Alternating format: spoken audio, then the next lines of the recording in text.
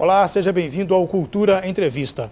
Ele recebeu o título de empresário do ano em Ipatinga. É presidente da Regional Vale do Aço, da Federação das Indústrias de Minas Gerais e atua no ramo de uniformes industriais. O Cultura Entrevista recebe hoje o empresário Luciano Araújo. Nós vamos tratar aqui de diversos assuntos, entre eles a conjuntura econômica do Vale do Aço. Presidente, obrigado pela sua presença aqui na TV Cultura. É um prazer estar aqui com você, Alex. Eu acho que a gente tem debatido aí essa oportunidade de poder estar aqui trocando uma ideia sobre toda a questão do Vale do Aço, o desenvolvimento econômico, tanto aqui como a nível nacional. É um prazer estar aí podendo conversar um pouco com vocês sobre esses temas. Nós gostamos de fazer aqui na abertura do Cultura Entrevista uma apresentação para aquelas pessoas que ainda não conhecem o Luciano Araújo. A origem veio de qual município e está aqui no Vale do Aço há quanto tempo, Luciano? Então, eu nasci em Guanhães e vim para o Vale do Aço com 18 anos para estudar aqui no Colégio John Wesley. E na época, para poder pagar os estudos, então trabalhei durante 3 meses no cadastro técnico da Prefeitura de Ipatinga. Depois trabalhei no IBGE também durante 90 dias, fazendo o Censo 80. E aí gostaram do trabalho, fui fazer o Censo Agropecuário. Então pegava um cavalo no Barra Alegre, Ipanemi, Ipanemão, Cocais. Foi uma fase interessantíssima. E depois entrei no Banco Nacional em 82 e fiquei no Banco Nacional até 87 aqui no Vale do Aço. Depois fomos saindo aqui, fui para Sete Lagoas, Juiz de Fora, Belo Horizonte, São Paulo. E já estava na diretoria de qualidade do Banco Nacional, mas o meu sonho era ser empresário. Meu sonho era ser empresário da indústria e um empresário da indústria no Vale do Aço, de preferência aqui em Ipatinga. Então hoje eu me considero uma pessoa realizada porque pude correr atrás do meu sonho e realizá-lo. O prêmio então foi um coroamento dessa vontade que você tinha, o prêmio de empresário do ano, que é concedido anualmente pela Associação Comercial e Câmara de Dirigentes Lojistas. Então, sem dúvida nenhuma, tive a grata surpresa de receber aí essa homenagem da Associação Comercial e CDL, que é uma das maiores e mais importantes associações comerciais do Estado. E aí, na hora que você tem o reconhecimento, ele tem 2 aspectos. Um, para mostrar que você está no caminho, que o seu trabalho realmente está fazendo um trabalho correto e, ao mesmo tempo, aumenta a responsabilidade também para você continuar lutando e continuar merecendo aí todo esse reconhecimento da sociedade. Então, para mim, foi algo muito importante, para minha família, para minha empresa, poder ter o reconhecimento de ser o empresário do ano de Ipatinga. Então, para mim foi muito válido e estou muito feliz com esse prêmio. Conversei com você recentemente para o Jornal Diário do Aço. Você disse que hoje exporta para 18 estados brasileiros e até alguns países da América Latina e África. Como é que é essa atuação sua no ramo de roupas industriais ou uniformes industriais? Então, quando compramos a Provest, né, em 95, a empresa produzia 3.500 peças de roupa por mês. Hoje a gente produz mais de 5.000 peças de roupa por dia. Então foi um crescimento bastante considerável na nossa empresa. Nós tínhamos 34 empregados, hoje nós temos 300 diretos e mais de 500 pessoas trabalhando conosco indiretamente. Então nós estamos falando de mais de 800 empregos sendo gerados. E aí a gente acabou que com essa estrutura toda hoje a gente fornece para 18 estados no Brasil e também mandamos uniforme hoje para o Paraguai, para Moçambique na África, para Guiné. Estamos fechando também agora com a Indonésia. Obviamente não é uma exportação, vamos dizer assim, de uniforme, é para atender as multinacionais brasileiras, porque a gente sabe, sem dúvida nenhuma, que concorrer lá fora tendo a China aí como concorrência é muito difícil, mas a gente conseguiu estabelecer um padrão e atender as nossas multinacionais brasileiras, tanto no Brasil como fora. E aí, esse processo todo, né, de crescimento dessa empresa fez com que hoje a gente seja a maior indústria de uniformes profissionais de Minas e a segunda maior do Brasil, né, homologada pela Santista Têxtil, e às vezes poucas pessoas sabem disso, né? Nós fizemos um grande investimento agora no Distrito Industrial de Ipatinga, investimos mais de 7 milhões de reais numa nova planta, uma unidade hoje que é referência, a gente tem recebido visitas aí de concorrentes, de outras empresas do Brasil inteiro, para conhecer. Inclusive nós temos, assim, em termos de equipamentos, de tecnologia, estão fazendo grandes investimentos aí para ser realmente, além da maior, a gente poder ser a melhor empresa, né, nesse segmento aí no país. Luciano, eu gostaria que você voltasse num ponto que você tocou agora há pouco, que é a competitividade com o mercado internacional e principalmente com a produção chinesa. Tem muita gente apavorada aí com o efeito China e mudando até modos de trabalho e às vezes até de ramo de atuação mesmo. E como é que é enfrentar a concorrência? Com quais ferramentas você enfrenta a concorrência com os chineses? Então, sem dúvida nenhuma, a gente tem debatido muito isso, quer dizer, não dá hoje para você concorrer hoje com a situação tanto tributária, trabalhista da China em relação à nossa, né? Hoje o empresário brasileiro não consegue realmente ter essa concorrência. O que a gente tem trabalhado muito e dito muito, que se tivermos isonomia, se tivermos as mesmas condições do que a China, nós somos muito melhores do que o empresariado chinês. Mas a gente tem debatido muito isso com o governo, para poder nos dar condições para que a economia brasileira, a indústria brasileira possa continuar crescendo e que, sem dúvida nenhuma, e nesse aspecto precisa efetivamente de ações, de políticas públicas que permitam as nossas empresas ter essa competitividade. Então, hoje, um dos grandes pontos que temos trabalhado enquanto empresários é buscar produtos diferenciados, buscar produtos que agregar mais valor aos produtos para você sair do commodity. Na commodity é imbatível, a gente não consegue concorrer realmente com a China. Mas então o negócio é fazer o diferenciado, fazer um trabalho realmente bem personalizado para os nossos clientes. E o que nós temos investido, principalmente na minha empresa, na nossa empresa, nós temos investido em agregar valor ao nosso produto, através de logística, através de você poder fazer todo um serviço de uniformização, uma distribuição de uniforme né, assim, para o cliente de uma forma personalizada, de agregar valor. Hoje nós temos clientes que a gente, além de bancar todo o estoque dele, a gente ter toda a logística, bancar todo o estoque do nosso cliente, a gente ainda entrega a roupa toda etiquetada, personalizada por área, na mão de cada funcionário. Tem as lojas fazer a troca. Se o funcionário recebeu uma calça 42, que é uma 44, ele vai nas lojas e troca sem custo nenhum. Então, o que nós fazemos, e eu acho que a mesma coisa em todas as empresas, você tem que buscar alternativas de agregação de valor, para a gente manter a competitividade e aí não ser atingido aí por essa questão toda da China. Você começou a entrar agora há pouco aí na necessidade de se estimular e dar incentivos para a manutenção e a subsistência das empresas brasileiras. Nós voltamos a falar desse assunto daqui a pouco, mais um intervalo de 1 minuto aqui no Cultura Entrevista.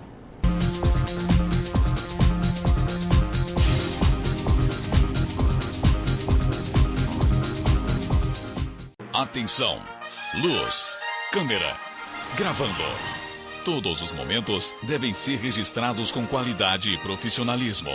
Lana Vídeo Produtora Audiovisual, especializada em vídeo empresarial, documentários, comerciais para TV e eventos sociais. A equipe Lana Vídeo lhe atende com profissionais capacitados para fazer o melhor registro do seu evento. Lana Vídeo Produtora Audiovisual. Ligue e agende uma visita. 38216992 ou acesse lanavideo.com.br. Fique bem informado com o Diário do Aço. Há 33 anos, o jornal de maior circulação em toda a região. Tradição, credibilidade e compromisso com o leitor estão em nossas páginas. Assine e leia o Diário do Aço, o veículo com a melhor equipe de profissionais e maior estrutura para apurar e informar com responsabilidade os principais acontecimentos. Acesse também a nossa versão online, www.diariodoaco.com.br. O Grupo de Jaffer se consolida pela qualidade de seus produtos. De Jaffer, ferro e aço em Fabriciano e aço nobre em frente à passarela do Iguaçu em Patinga. Ferro e aço para construção, serralheria e usinagem, metalons, perfis para estrutura e eletrodos no atacado e varejo. Máquina de fabricação própria de telhas sob medida. Dijafer, construindo um vale de ferro e aço. Avenida Tancredo Neves, 553, Coronel Fabriciano. Aço Nobre, Rua Pedras Preciosas, 25, Iguaçu, Ipatinga.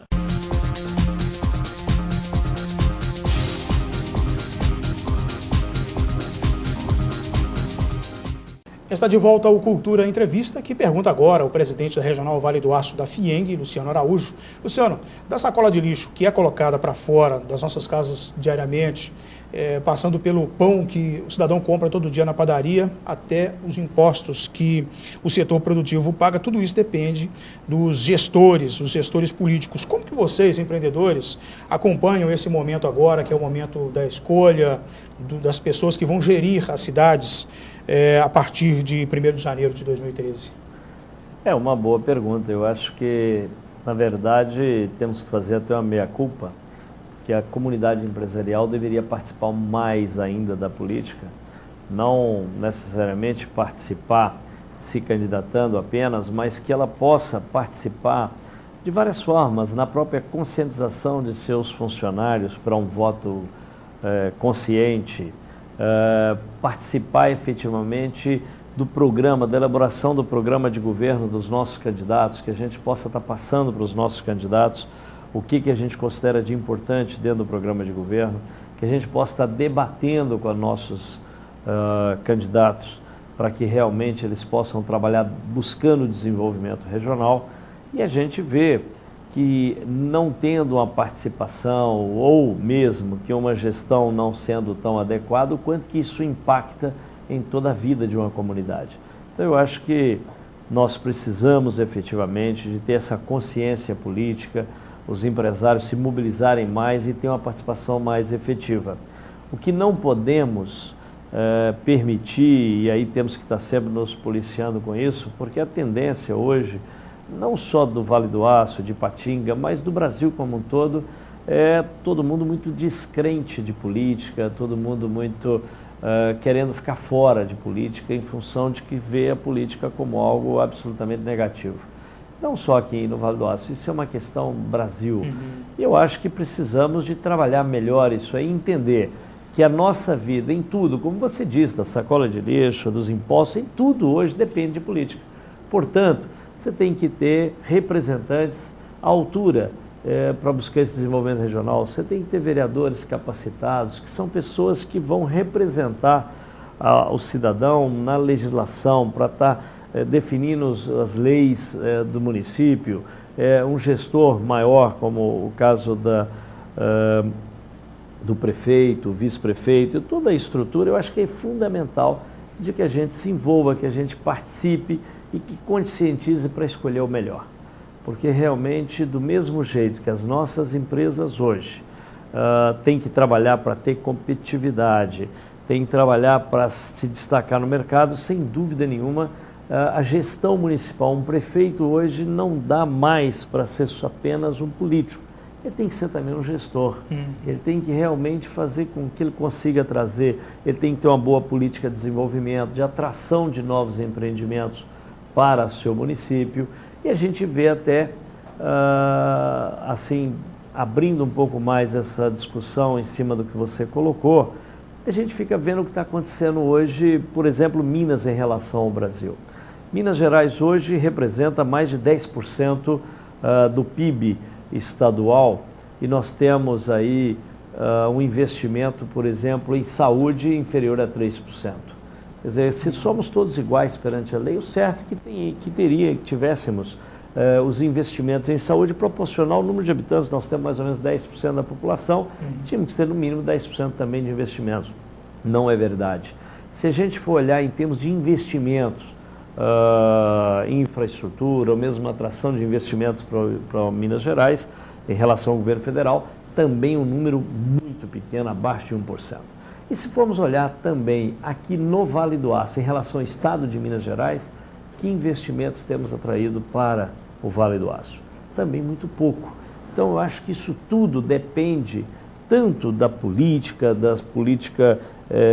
partidária, mas também da política empresarial, social, da gente estar mostrando o valor do Vale do Aço para fora e atraindo esses investimentos. Eu acho que temos, e principalmente na FIENG, eu acho que quem tiver no poder, estaremos juntos para buscar aí, mostrar aí esse Vale do Aço para fora e atrair investimentos e transformar realmente esse Vale do Aço,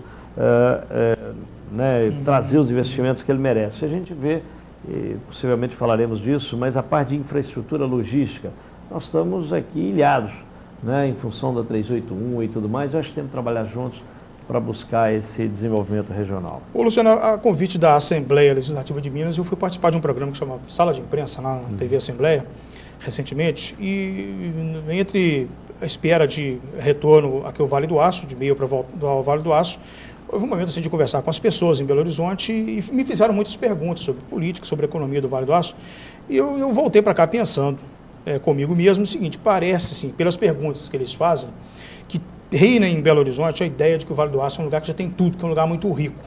Nós que estamos aqui não entendemos que seja bem dessa forma, né? Exatamente. Eu acho que tem um aspecto no Vale do Aço que a gente tem tentado mostrar muito para o mercado, a nível mesmo para o Estado como um todo, né? O que acontece, né? O Vale do Aço, nós temos empresas âncoras aqui que são importantíssimas, que ajudaram a construir esse Vale do Aço e gerar toda essa riqueza nessa região. O mundo mudou. Essas empresas hoje, principalmente o setor siderúrgico, passando uma crise muito pesada hoje a nível mundial, com o preço do aço muito baixo, sobrando mercadoria realmente, e aí com isso precisa ter mais competitividade. E essas empresas, em função de tudo isso, elas não têm como mais investir no desenvolvimento social, saúde, segurança. Eles têm que cuidar da competitividade dos seus negócios. Então é fundamental em que a gente mostre isso para fora e dizer o seguinte: precisamos desenvolver novos mercados no Vale do Aço. Aquele ciclo de desenvolvimento na vinda dos âncoras foi muito bom, foi muito positivo, mas hoje, em alguns aspectos torna-se negativo nesse aspecto. Todo mundo acha que temos tudo, mas se a gente não cuidar, daqui a pouco teremos grandes problemas de desenvolvimento regional. Então o que temos debatido muito é que manter a importância dos âncoras, mas não dá mais para viver só disso. Nós precisamos, e até para eles mesmos. Eles, se fizessem demissões ou se qualquer ação que tomavam, o impacto social era enorme. E eles hoje não podem mais conviver com esse ônus também para eles, porque eles têm que competir com a China do mesmo jeito que temos. Então é fundamental de que a gente crie novos mercados no Vale do Aço, como exemplo o setor de metal mecânico, que a gente sabe muito bem, antigamente dava qualquer problema no setor siderúrgico, o setor metal mecânico entrava em crise. E ele está se reinventando, está buscando a construção naval, está buscando petróleo e gás, estamos vendo agora a parte também de aeronáutica. Com isso tudo, ele se desprende um pouquinho e gera riquezas também independente dos âncoras e, pelo contrário, eles ajudam até a desenvolver os âncoras agora, porque eles trazem negócios e que aí podem estar comprando mais desses âncoras também. Negócios então, e novas tecnologias. E novas tecnologias. Eu acho que esse é o grande ponto. Inclusive, dentro disso, de novas tecnologias, nós estamos trabalhando muito o seguinte: não adianta só, nós vamos falar um pouco também sobre a estrutura de qualificação profissional, não adianta mais só trazer mais Senais, nós precisamos também de trazer um centro de tecnologia de solda para ter algo diferente. Não adianta ser mais um soldador comum. Nós precisamos de soldadores com alta tecnologia para atender produtos de cada vez maior valor agregado, como submarino, como indústria aeronáutica, né? Então a gente precisa realmente transformar aqui e buscar essa nova visão para o Vale do Aço. Nós participamos de uma missão empresarial que foi ao Rio de Janeiro em 2010, na Rio Oil and Gas, lá no Rio Centro, e depois visitamos também o Centro de Tecnologia da Solda. Nós percebemos que lá a Firjan, a Federação das Indústrias, construiu o Centro de Solda, mas tem a participação do governo estadual também. Aqui isso já estaria em negociação, ou já foi negociado com o governo? Como é que está a situação? Então, o que nós temos trabalhado em algumas linhas, principalmente o seguinte: para atrair novos investimentos para cá, nós precisamos de trabalhar em várias linhas. Uma delas é a questão de qualificação profissional, que é muito olhado pelas indústrias na hora de tomada de decisão. Então, na qualificação profissional, nós inauguramos o Senai em Ipatinga, Fabriciano, Timóteo, vamos inaugurar agora também em Dionísio. E com isso, a gente já tem então um setor de qualificação profissional aqui bem expressivo que dá para atrair investimentos. E agora nós estamos vendo então, nesse Senai novo, que vamos agora transferir do Veneza para o CDP da Uzi Minas, ele já é hoje o maior Senai de Minas e o segundo maior do Brasil. Mas nós estamos trabalhando para investir em tecnologia, nós queremos formar realmente, agregar valor aos profissionais que vão estar formando lá dentro. Então esse Centro de Tecnologia de Solda vai dar um diferencial nessa região para a gente poder ter empresas com capacidade de atender mercados que saem um pouco dessa commodity, são mercados diferenciados. Então eu acho que isso vai dar um novo patamar na nossa região. Temos debatido isso com o governo do estado, principalmente no aspecto seguinte: agora, recentemente, o governo acertou com a FIENG, passou para a FIENG o CETEC de Belo Horizonte, que é exatamente um centro de alta tecnologia com vários doutores, e o que nós queremos é exatamente trazer para o Vale do Aço também parte, ao invés de montar lá esse centro de tecnologia de solda, vamos colocar centros de tecnologia em regiões que têm já essa aptidão para isso. Então nós estamos acertando tanto com o governo como com a FIEM para que aqui crie esse diferencial, né, com relação à solda. Só para que as pessoas entendam do que nós falamos, o Centro de Tecnologia da Solda é quase que uma faculdade, faz pesquisa acadêmica, científica sobre novos materiais, exatamente, sobre várias formas de solda e, sobretudo, solda com materiais que não são muito convencionais. Não é isso? Exatamente. É quase que uma faculdade mesmo, um centro de pesquisa, um centro de alta tecnologia agregada para a solda, pelo que nós vimos lá no Centro de Tecnologia de Solda, fica em Duque de Caxias, no Rio de Janeiro. Exatamente. Luciano, só faltando falar da macroeconomia, tem alguns economistas, faltam 4 meses ainda para terminar o ano de 2012, mas eu já escutei aí na entrevista de televisão que 2012 foi um ano perdido para a economia brasileira. Há uma estimativa de crescimento que o PIB, né, o produto interno, a soma das riquezas no Brasil não vai crescer mais do que 2%. Mas pode-se dizer que foi um ano perdido assim, dessa forma? Olha, se considerar uma análise mundial, eu diria que não, porque na verdade nós estamos crescendo 2% este ano, mas você tem Europa, por exemplo, com crescimentos negativos em vários países, o próprio Estados Unidos também agora recuperando um pouco, né, o seu crescimento, mas também, então se a gente olhar, obviamente comparado com a China, o crescimento de 2% é pouco, mas se comparar com as crises mundial como um todo, eu acho que é um crescimento importante, e mesmo porque nós estamos preparando, e o governo tem trabalhado muito, agora com todos esses pacotes que estão se soltando agora, de infraestrutura e tal, trabalhando para que o ano que vem a gente tenha um crescimento por volta de 4%. Então eu acho que o Brasil, se pensarmos aí do que era antes, nós conseguimos criar um mercado interno que antes não tinha qualquer crise mundial, aqui era imediato, a gente entrava em crise também. O Brasil criou aqui um mercado interno importante, pujante, e agora nós temos debatido muito com o governo exatamente para defender esse mercado. Porque como cresceu o mercado interno aqui, a tendência, como está em crise no mundo, é que os outros países todos venham querer vender no nosso mercado. Então, o governo está trabalhando em cima disso, com desoneração de folha, exigindo conteúdo nacional, dando competitividade à indústria nacional até 25% em alguns produtos, mesmo perdendo a indústria nacional levaria... Isso no caso das concorrências públicas, né? Concorrências públicas. E aí nós estamos falando de Petrobras... Exatamente, que são os grandes investimentos hoje que temos no país. Então, eu acho que tudo isso, né, faz com que a gente agora já se prepare aí para um ano diferente. Eu estou otimista de que o ano que vem teremos um crescimento muito melhor. Mas, se você for olhar exatamente comparativa, 2% não é muito, mas comparativamente com a Europa, com toda a crise que está aqui, não é uma coisa tão simples, não é uma marolinha como foi dito, quer dizer, é um negócio muito sério e que a gente, os fundamentos da economia brasileira hoje, a gente entende que estão muito mais consistentes, muito mais sólidos, e eu acredito que esses 2% aí, considerando o país hoje está em pleno emprego, nós estamos com menos de 6% de desemprego no país. Nós temos Espanha acima de 20%. Então, tudo isso hoje são números muito importantes hoje para o país. Agora, não teríamos como continuar crescendo não teríamos como recuperar esse crescimento, continuaríamos com esse PIB de 2% se não tivesse nenhum investimento em infraestrutura.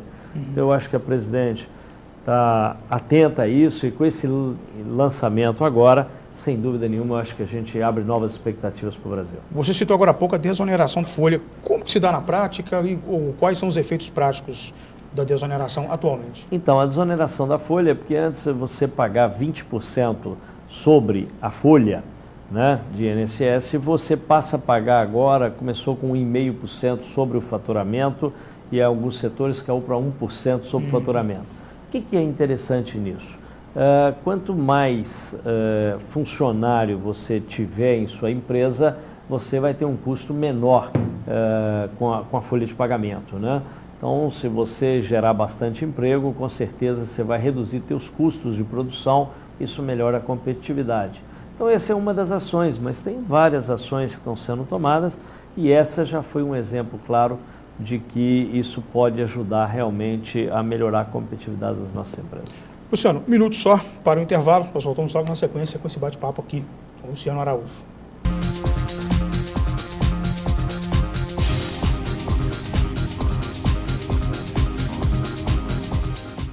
Se você não quer ter dor de cabeça na hora de fazer seus serviços gráficos, procure a Gráfica Arte Publish. Moderno parque gráfico com profissionais atualizados e prontos a atender com rapidez, a cortesia e a pontualidade que o mercado exige.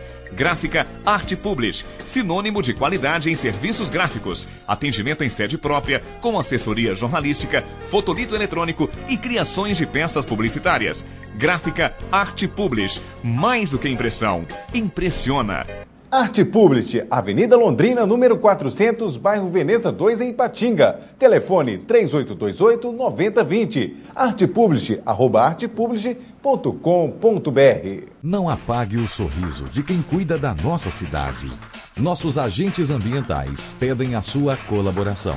Descarte seringas, cacos de vidros, espetos de churrasco, pregos e latas de conservas com os devidos cuidados. Embale-os antes do descarte. A gente cuidando da nossa cidade sem acidentes. Coleta Segura, o seu jeito de cuidar dos agentes ambientais. Vital Engenharia Ambiental.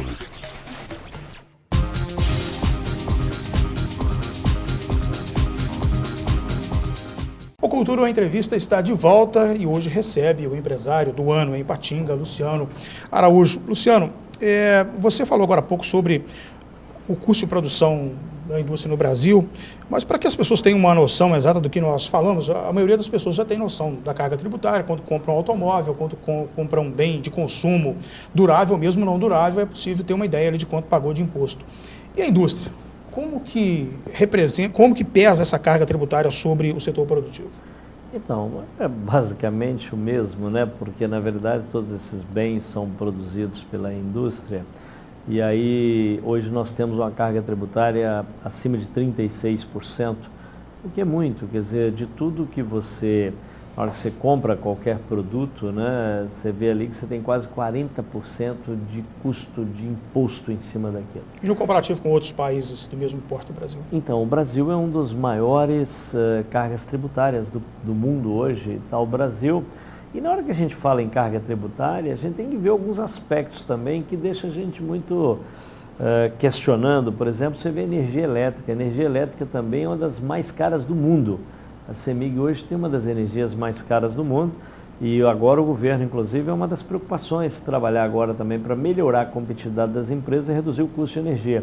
E aí você não entende muito. Por exemplo, uma CEMIG que tem, me parece que é o quinto custo maior do mundo de energia, e você pega o Brasil também com um custo tão elevado, e você pega o Paraguai, que é um dos menores custos de energia do mundo, e é a mesma fonte de energia que é Itaipu. Então, tudo isso realmente está muito ligado a essa carga tributária imensa que nós temos no país. Eu acho que precisa de fazer uma reforma tributária no Brasil, uma reforma trabalhista, para repensar realmente, para colocar o Brasil em níveis de competitividade com outros países absolutamente competitivos no mundo. Então, eu acho que temos que investir em tecnologia, temos que investir em qualificação profissional, tudo isso é fundamental, mas é fundamental também o Brasil, né, ter realmente carga tributária mais justa para que a gente possa ter mais competitividade nos produtos brasileiros. O senhor me lembrava aqui que você tínhamos aqui o vice-presidente José Alencar, inclusive seu colega de área industrial do setor têxtil. Nós víamos ele brigar muito contra juros altos, mas parece que não era só juro alto o problema da economia brasileira, ou da indústria. Sem dúvida nenhuma. Os juros também eram algo absolutamente impactante também no desenvolvimento das nossas empresas, até porque você não conseguia fazer investimentos, modernização nas suas empresas, porque na hora que você tomava um empréstimo para comprar esses equipamentos, o payback, a taxa de retorno desse empreendimento, ele era tão longo que não compensava ser feito.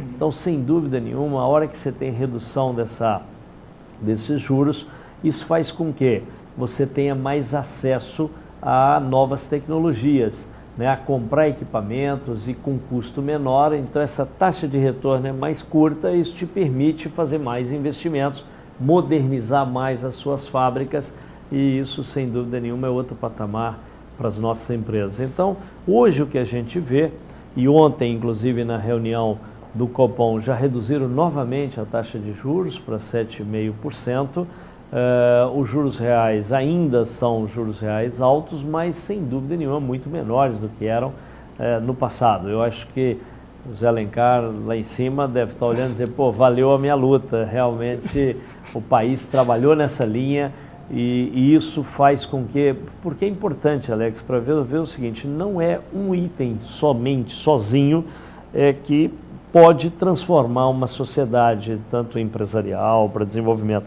São vários fatores. E esse dos juros também era muito importante. Então hoje, sem dúvida nenhuma, fica muito mais atrativo para se fazer novos investimentos. E a gente via um detalhe importante também, que você reduzia os juros, mas isso não chegava no consumidor final, não chegava lá no bolso, lá do cidadão comum, como se falava. E a gente discutindo, até tivemos uma reunião com o Henrique Meirelles, ex-presidente do Banco Central, na semana passada, e ele mostrando, ele falava que o seguinte, olha, a única forma de chegar no cidadão comum é o governo fazendo a parte dele, realmente reduzindo. Então, só no momento em que os bancos oficiais reduziram efetivamente suas taxas de juros, que aí como é mercado, é concorrência, foi que os outros bancos todos também passaram a reduzir suas taxas de juros, e isso chegar na base, no consumidor final e tudo. Então, eu acho que isso é uma transformação importante para a sociedade, e isso, tendo esse custo menor do dinheiro, isso vai ajudar muito também esses planos de crescimento e desenvolvimento das nossas empresas. Luciano, parece que o jornalista, principalmente quem cobre mais assuntos mais ligados à área econômica, os jornais do interior, obviamente, não têm exatamente uma editoria separada de política, economia e cidades, é tudo muito misturado, mas o fato é que parece que nós temos, durante a atividade profissional, no dia a dia, nós ouvimos falar muito da palavra crise. Já tem 20 anos que eu ouço só crise, ela parece que ela nunca acaba. Até que ponto que nós temos realmente crise e até que ponto que as pessoas inventam crises econômicas? Pois é. Eu diria para você que na minha empresa hoje eu não tenho crise, mas eu sugiro a todos que inventem crises, e que eu acho que eu tenho debatido isso muito no nosso negócio. Como é que é o ciclo de produção de uma empresa? A empresa nasce, cresce e chega numa instabilidade. E ela chega na zona de conforto, ela começa a decair, quando está quebrando, ela entra em crise e ela se reinventa. Eu acho que nós não podemos esperar a empresa chegar no fundo do poço para gerar essa crise e se reinventar. Então, na hora que você está na zona de conforto, você tem que estar gerando crise, se reinventando sempre, para estar buscando novas oportunidades e não esperando realmente a coisa chegar numa forma insustentável. Eu diria para você que tem alguns setores que estão sofrendo mais em função de momentos. Por exemplo, o setor siderúrgico, em função da alta competitividade, é a função básica de mercado, né? Quando você tem excesso de oferta, né, e baixa demanda, a tendência é queda de preço. E quando tem queda de preço, se você não tem tecnologia, seus custos estão altos, se você baixar o preço, você passa a dar prejuízo. Então, alguns setores têm tido problemas sérios, como o setor mesmo de siderurgia. A gente vê moda, por exemplo, moda está sofrendo muito com o efeito China. Já o uniforme não sofre tanto, porque você tem muito produto diferenciado, você não tem uma grande commodity.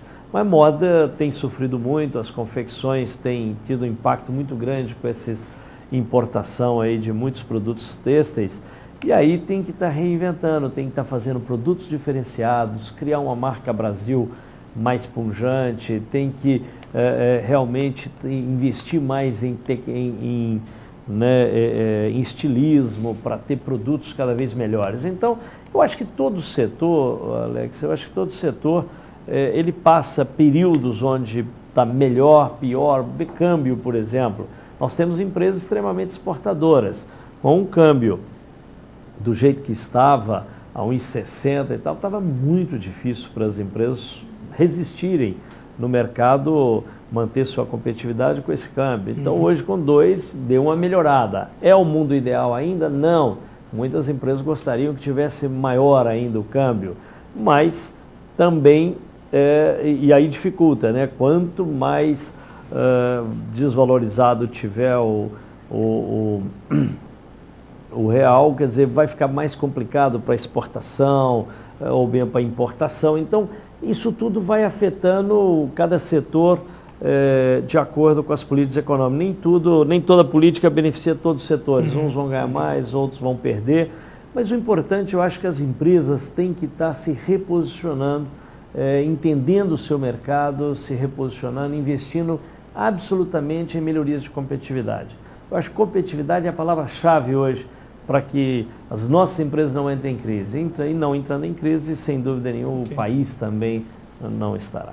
Luciano, nós estamos quase já no fim do Cultura Entrevista, mas vamos falar de um outro assunto aqui no Vale do Aço. Eu sei que esse assunto interessa muito o setor produtivo, que você já começou a falar dele, inclusive, que é a questão da infraestrutura.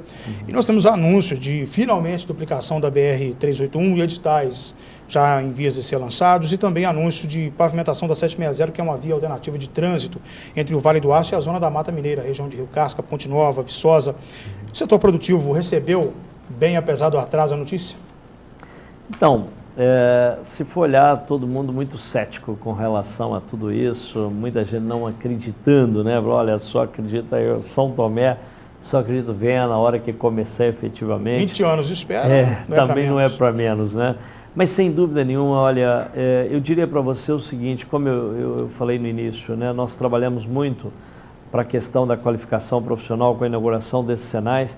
O grande foco da FIENG agora é trabalhar a questão de infraestrutura logística. Nós estamos absolutamente ilhados aqui. E o que nós precisamos dessa duplicação da 381, a pavimentação da 760, é transformar o Vale do Aço no vetor leste de desenvolvimento do estado de Minas Gerais. Porque não é possível hoje, várias empresas não vêm para o Vale do Aço, não investem aqui por preocupação de como fazer para escoar suas produções. Então, você imagina o quanto que custa hoje para a gente trafegar por uma 381 dessa. O nosso frete é mais caro, o tempo que se perde no transporte é muito maior. Então, o Vale do Aço perde competitividade em relação a outras regiões onde já tem uma logística, uma infraestrutura logística melhor. Então, nós temos 2 aspectos hoje fundamentais. A 760 vai ser muito importante, que liga o Vale do Aço à Zona da Mata. É uma via alternativa quando tiver as obras da 381 para estar ainda a Belo Horizonte, passando pela 262. Mas nós acreditamos e estamos confiantes, mais do que confiantes, nós estaremos cobrando para que essas ações aconteçam agora. E precisamos muito da mídia, estar junto conosco, de todas as entidades regionais, para realmente fazer com que isso seja realidade. Eu acho que dessa vez não podemos aceitar mais o governo não tomar essa medida dessa duplicação da 381, da pavimentação da 760, porque isso vai ser um novo momento para o Vale do Aço. E a gente vê outro fato importante, que além da estrada, a questão logística, a utilização da nossa malha ferroviária, né, que hoje é utilizada basicamente para transportar minério e aço. Hoje não usa por quê? Não é compensador, Luciano? Não, isso é uma concessão e hoje o foco e como está o tempo toda ocupada por esses produtos, não já está com a capacidade, né, não dá muito para ser usado, mas que a gente precisa de trabalhar melhor essa linha férrea e transportar outros produtos também nessa linha férrea, que sem dúvida nenhuma vai desafogar a nossa 381. Porque nós temos um problema, e aí fica aqui também um desafio e algo importantíssimo para se pensar. Porque está se falando em duplicação da 381, é fundamental, tem que vir, mas a 381 passa dentro de Ipatinga. Então, como é que será um trânsito muito maior do que está hoje, passando dentro de Ipatinga? Isso será um problema para o futuro. Sim. Então, nós temos que pegar as nossas lideranças regionais para estar pensando daqui a 20, 30 anos o que temos que fazer para ter uma solução mais adequada. Detalhe, nós falamos muito da 381 que liga o Vale do Aço a Belo Horizonte, mas a BR-116, que é a famosa Rio Bahia, eu trafego por ela frequentemente, é uma situação complicada. Isso. De saturação também, como é a 381. É então, a gente vê agora, quer dizer, pelo que está no programa do governo federal, mais de 130 bilhões que serão investidos em infraestrutura, a 116 também está contemplada. Eu acho que a ideia é que o país acordou para que a gente perde muito hoje por falta de infraestrutura logística nesse país.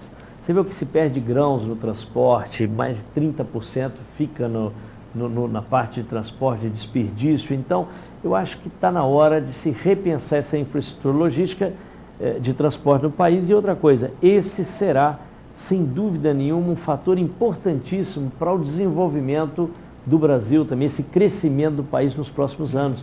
É fundamental o Brasil agora trabalhar a infraestrutura para permitir que o Brasil continue crescendo aí nos próximos anos.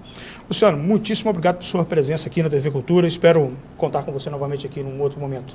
Eu que agradeço, Alex. É um prazer estar aqui com você e a gente tem aí, eu acho que essa obrigação mesmo de estar trabalhando e levando informação para a nossa sociedade e trabalhando para que o nosso Vale do Aço, que a gente adora tanto, que seja realmente, como eu disse aí, o grande vale de oportunidades para Minas Gerais. Legal. Muito obrigado. Cultura Entrevista fica por aqui e não se esqueça, o contato é entrevista@tvculturavaledoaço.com.br. Tenha uma ótima semana.